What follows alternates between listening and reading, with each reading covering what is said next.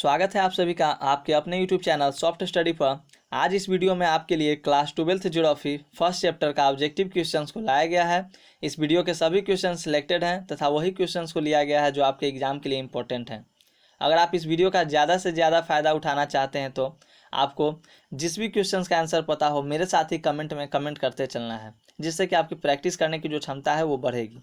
तो हेडिंग है हमारा आज का क्लास 12th का जो भूगोल फर्स्ट चैप्टर मानव भूगोल के इम्पोर्टेंट महत्वपूर्ण ऑब्जेक्टिव प्रश्न। तो फर्स्ट क्वेश्चन है, मानव भूगोल का जनक किसे कहा जाता है? तो आपके पास ऑप्शंस हैं टेलर, ब्लास, रैटजेल और अरस्तु। तो क्या होगा इसका राइट आंसर? अगर आपको पता है तो कमेंट में कमेंट कीजिए। इसका जो सही जवाब होगा रैटजेल, ऑप्शन नंबर सी। रैटजेल को मानव भूगोल का जनक कहा जाता है और रैटजेल का जो पूरा नाम था फ्रेडरिक रैटजेल। ये भी आपको याद करने हैं, आपके एग्जाम में ये भी पूछे जाते हैं वन मार्क्स में ऑब्जेक्टिव क्वेश्चंस में कि रैटजेल का पूरा नाम क्या था। तो ये सब आपको याद रखने हैं। और फ्रेंड्स, जो रैटजेल थे इन्होंने एक पुस्तक लिखी थी एंथ्रोपोलॉजी या एंथ्रोपोजियोग्राफी, और इन्होंने अपनी पुस्तक में ही मानव के विचारधाराओं को प्रस्तुत कर जो मानव भूगोल था उसको एक नया रूप मतलब कि दम बदल दिए थे, नया रूप दिए थे, जिसके कारण इन्हें मानव भूगोल का जनक माना जाता है। ये भी आपके एग्जाम में पूछे जाते हैं कि मानव भूगोल का जनक रैटजेल को क्यों कहा जाता है, तो आपको आंसर यही देना है। नेक्स्ट क्वेश्चन है हमारा, संभावनावाद शब्द का प्रयोग सर्वप्रथम किस फ्रांसीसी विद्वान ने किया? तो आपके पास ऑप्शंस हैं विडाल डी लॉब्लास, लुसियन फेब्रे, फ्रांसीसी बेकन या जीन ब्रून्स। क्या होगा इसका राइट आंसर? अगर आपको पता है तो कमेंट कीजिए, बार बार कर रहे हैं। तो इसका जो राइट आंसर हो जाएगा ऑप्शन नंबर बी, लुसियन फेब्रे ने संभावनावाद जो शब्द का प्रयोग सर्वप्रथम किया था। और एक कहाँ के कैसे वैज्ञानिक थे? फ्रांसीसी थे, फ्रांस के विद्वान थे, फ्रांस के विद्वान थे। और जो संभावनावाद जो यहाँ वर्ड आया फ्रेंड, संभावनावाद शब्द का जो मतलब समझिए। इस संभावनावाद का मतलब होता है कि इनके जो लुसियन फेब्रे थे इनके विचार के अनुसार वो कहते निश्चित कुछ नहीं है। मतलब उनका कहना था कि सब कार्य होने की संभावना अलग है, मानव इन संभावना का जो स्वामी है, जो आदमी हम लोग हैं वो इन संभावनाओं को क्या है? स्वामी है। अतः यह निर्णय का अधिकार उसके पास है कि संभावनाओं को कैसे और कब उपयोग किया जाए। यही इनका जो संभावनावाद में कहना था। और इनका जो ये भी आपके एग्जाम के इंपॉर्टेंट क्वेश्चन है, एग्जाम में भी पूछा जाता है कि संभावनावाद शब्द का प्रयोग करते ही कौन सी धारणा जो हुई थी वो अस्वीकृत कर दी गई थी। तो जो नीतिवाद की जो धारणा थी कि मनुष्य प्रकृति का दास है, इस धारणा को क्या कर दिया गया था? वो संभावनावाद शब्द आते ही उसको अस्वीकृत कर दिया था। ये भी आपके एग्जाम के लिए इंपॉर्टेंट है, तो ये भी आपको याद रखना है। मतलब कि कहा गया कि संभावनावाद का मतलब इनके द्वारा, लुसियन फेब्रे के द्वारा, कि जो प्रकृति के तत्वों को चुनने के लिए मानव क्या है? वो स्वतंत्र है। तो इतना जो है, इतना डिस्कशन बहुत ज़्यादा है। तो चलिए बढ़ते हैं हम लोग नेक्स्ट क्वेश्चन की ओर।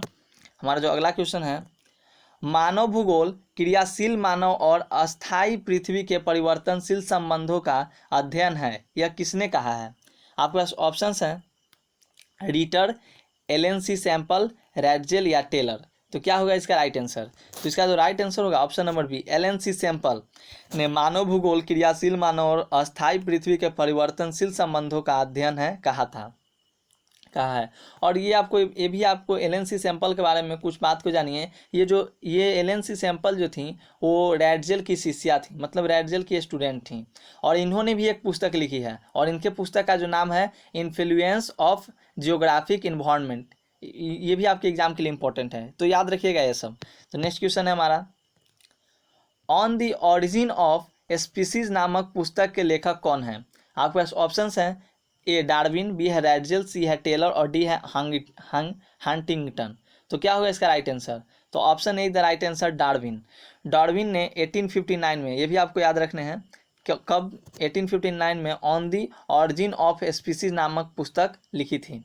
और इस पुस्तक में जो था वो, इस पुस्तक में जो जीव का जो विकास का वर्णन किया था। और इस पुस्तक में विकास पर पर्यावरण का जो प्रभाव का उल्लेख किया गया है, मतलब कि जो विकास में क्या प्रभाव, पर्यावरण इन्वायरमेंट का क्या प्रभाव पड़ रहा है, इसके बारे में on the origin of species नामक पुस्तक में उल्लेख किया गया है। तो आपको याद रखने हैं।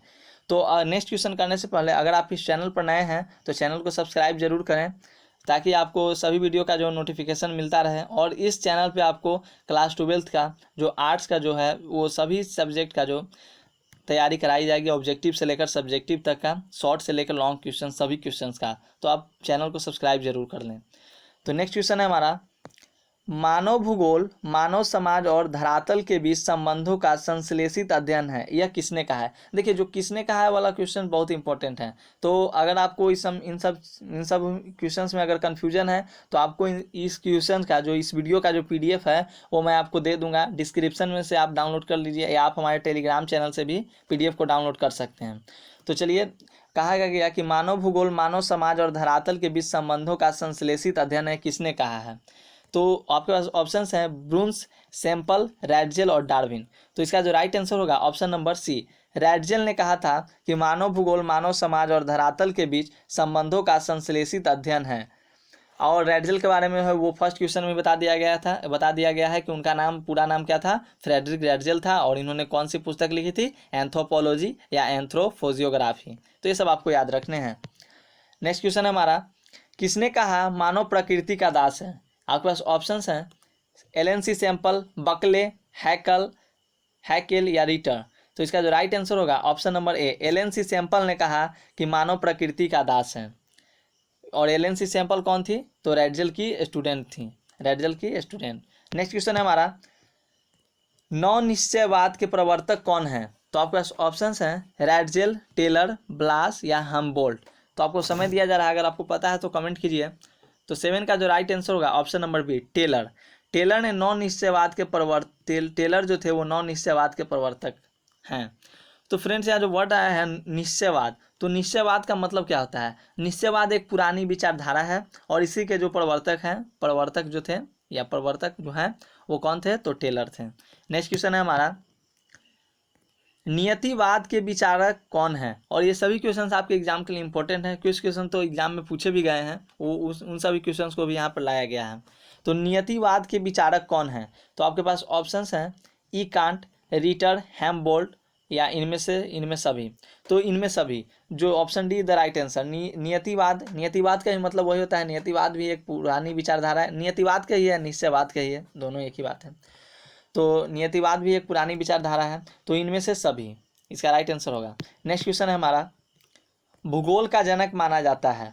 तो भूगोल का जो जनक माना जाता है किन्हें माना जाता है, एशिया को या अफ्रीका को या यूनान को, इनमें से कोई नहीं। तो इसका राइट आंसर होगा 9 का ऑप्शन नंबर सी, यूनान को भूगोल का जनक माना जाता है। नेक्स्ट क्वेश्चन है हमारा, और बहुत इंपॉर्टेंट क्वेश्चन है आपके एग्जाम के लिए, रुको और जाओ निश्चयवाद की संकल्पना किसने दी। ऑप्शन है रैटजेल, हमबोल्ट या ब्लास या टेलर। तो क्या होगा इसका राइट आंसर। तो ये आपके एग्जाम के लिए बहुत इंपॉर्टेंट क्वेश्चन है, एग्जाम में पूछे भी गए हैं, क्वेश्चंस को पूछा भी गया, कई बार पूछा गया है। तो इसका जो राइट आंसर होगा option number D, Taylor. Taylor ने रुको और जाओ निश्चयवाद की संकल्पना दी थी। नेक्स्ट क्वेश्चन है हमारा, निम्नलिखित में से कौन सा एक भौगोलिक सूचना का स्रोत नहीं है। भौगोलिक सूचना का स्रोत यानी कि जो भूगोल के जो भौगोलिक सूचना होते हैं उसका स्रोत नहीं है।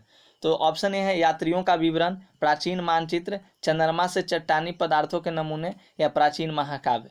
तो ये देखिए, यात्रियों के विवरण ये भी भौगोलिक सूचना का स्रोत है, प्राचीन मानचित्र ये भी तो भौगोलिक सूचना का स्रोत ही है, चंद्रमा से चट्टानी पदार्थों के नमूने ये भी भौगोलिक सूचना का स्रोत ही है। तो इसका जो राइट आंसर होगा ऑप्शन नंबर डी, प्राचीन महाकाव्य जो है वो भौगोलिक सूचना का स्रोत नहीं है।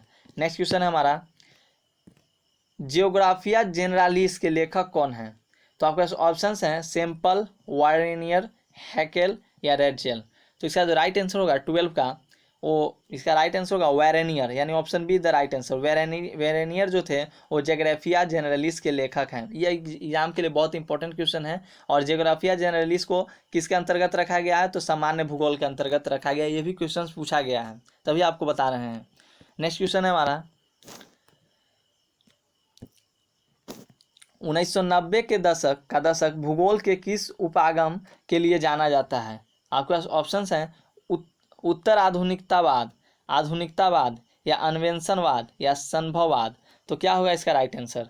तो इसका जो राइट आंसर होगा 13 का ऑप्शन नंबर बी, आधुनिकतावाद।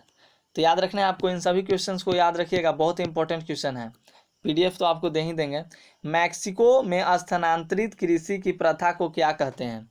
आपके पास ऑप्शन से हैं रोका, मिल्या, लादांग, झूम। ये आपको बहुत इंपॉर्टेंट है, बहुत इंपॉर्टेंट क्वेश्चन है। तो इसका राइट आंसर होगा ऑप्शन नंबर बी, मिल्या जो है वो मैक्सिको के स्थानांतरित कृषि की प्रथा है, मिल्या। नेक्स्ट क्वेश्चन है हमारा 15 नंबर, व्यवहारिक भूगोल, राजनैतिक भूगोल, आर्थिक भूगोल अथवा सामाजिक भूगोल कौन से भूगोल के उपक्षेत्र हैं? ये सभी भूगोल कौन कौन? व्यवहारिक भूगोल, राजनैतिक भूगोल और आर्थिक भूगोल या सामाजिक भूगोल। तो ये कौन से भूगोल के हैं? तो अभी हम लोग किस चैप्टर के बारे में पढ़ रहे हैं? मानव भूगोल ना पढ़ रहे हैं। तो इसका राइट आंसर क्या होगा? Option number A. मानव भूगोल के क्या है? व्यवहारिक भूगोल, राजनैतिक भूगोल और आर्थिक भूगोल, सामाजिक भूगोल, ये सब किस भूगोल के उपक्षेत्र हैं? तो मानव भूगोल को। तो ये सब आपको याद रखने हैं। नेक्स्ट क्वेश्चन है हमारा, मानव भूगोल विचारकों के विकास की अभिव्यंजना है, न कि भौगोलिक ज्ञान के विस्तार और खोज का कोई तत्कालिक परिणाम है। यह परिभाषा किसने दी? ये डिफिनीशन है, एक बार और पढ़ता हूँ डिफिनीशन को। मानव भूगोल विचारकों के विकास की अभिव्यंजना है, न कि भौगोलिक ज्ञान के विस्तार और खोज का कोई तत्कालिक परिणाम है। यह परिभाषा किसने दी? तो इसका जो राइट आंसर होगा, ये आपके एग्जाम के लिए बहुत इंपॉर्टेंट है, ये भी याद रखिएगा। इसका जो right answer option number B होगा, विडाल डी लॉब्लास ने। यानी आप ऑप्शंस में बहुत बार से देख रहे हैं ब्लास ब्लास ब्लास, तो यानी विडाल डी लॉब्लास इनका पूरा नाम है, और इन्होंने ही जो मानव भूगोल के विचारकों के विकास की अभिव्यंजना है, न कि भौगोलिक ज्ञान के विस्तार और खोज का कोई तत्कालिक परिणाम है, यह परिभाषा दी थी। तो नेक्स्ट क्वेश्चन है हमारा, निम्नलिखित में कौन सा एक लोगों और पर्यावरण के बीच अन्योन्य क्रिया का सर्वाधिक महत्वपूर्ण कारक है? तो इसका जो राइट आंसर होगा, आपके पास ऑप्शन है, ऑप्शंस को देखिए।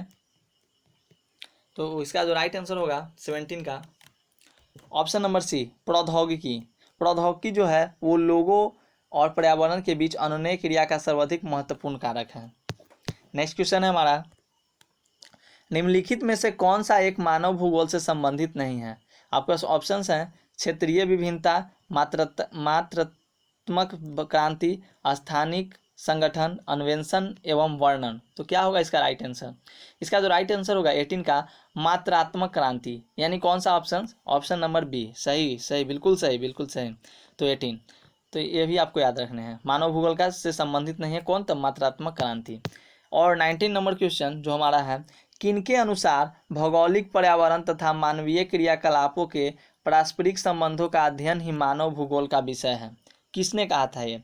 कि जो, फिर से पढ़िए इसको अच्छे से समझिए, कि भौगोलिक पर्यावरण तथा मानवीय क्रियाकलापों के पारस्परिक संबंधों का अध्ययन ही मानव को भूगोल का विषय है। तो क्या होगा इसका राइट आंसर? किसने कहा था ये बात? तो इसका जो राइट आंसर 19 का होगा वो option number C, Ellsworth Huntington. याद रखिएगा, आप बहुत बार ऑप्शन में देख रहे होंगे हंटिंगटन हंटिंगटन, तो आपको जो जितना भी ऑप्शन दिए गए थे सब इसी चैप्टर से रिलेटेड थे। तो इसका जो राइट आंसर ऑप्शन सी होगा। नेक्स्ट क्वेश्चन है हमारा, निम्नलिखित में कौन मानव की मूल आवश्यकता से संबंधित नहीं है?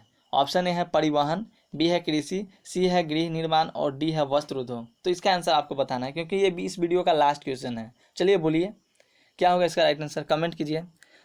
जी हाँ बिल्कुल, इसका जो राइट आंसर होगा ऑप्शन नंबर ए, परिवहन। परिवहन जो है वो मानव की मूल आवश्यकताओं से संबंधित नहीं है। तो फ्रेंड्स, आशा करते हैं कि आपको ये वीडियो समझ में आई हो। अगर वीडियो समझ में आई हो तो वीडियो को लाइक एवं दोस्तों के साथ शेयर जरूर कीजिए। अब आपको कमेंट करके बताना है कि अगला जो ऑब्जेक्टिव क्वेश्चंस किस सब्जेक्ट का लाया जाए, तो कमेंट करना ना भूलें। मिलते हैं नेक्स्ट वीडियो में, तब तक के लिए धन्यवाद। और आप इस चैनल पर बने रहिए, क्योंकि इस चैनल पे आपको शॉर्ट लॉन्ग सभी तरह के क्वेश्चंस को कराया जाएगा। और अगर आपको कि इस जो समझने में अगर कहीं दिक्कत हो तो आप कमेंट में कमेंट करके बताइए, उसको अगले वीडियो में सुधारा जाएगा। आपको ज़्यादा से ज़्यादा बेहतर देने की जो है वो कोशिश की जाएगी। तो चलिए मिलते हैं हम लोग अगले वीडियो में, तब तक के लिए धन्यवाद। Take care.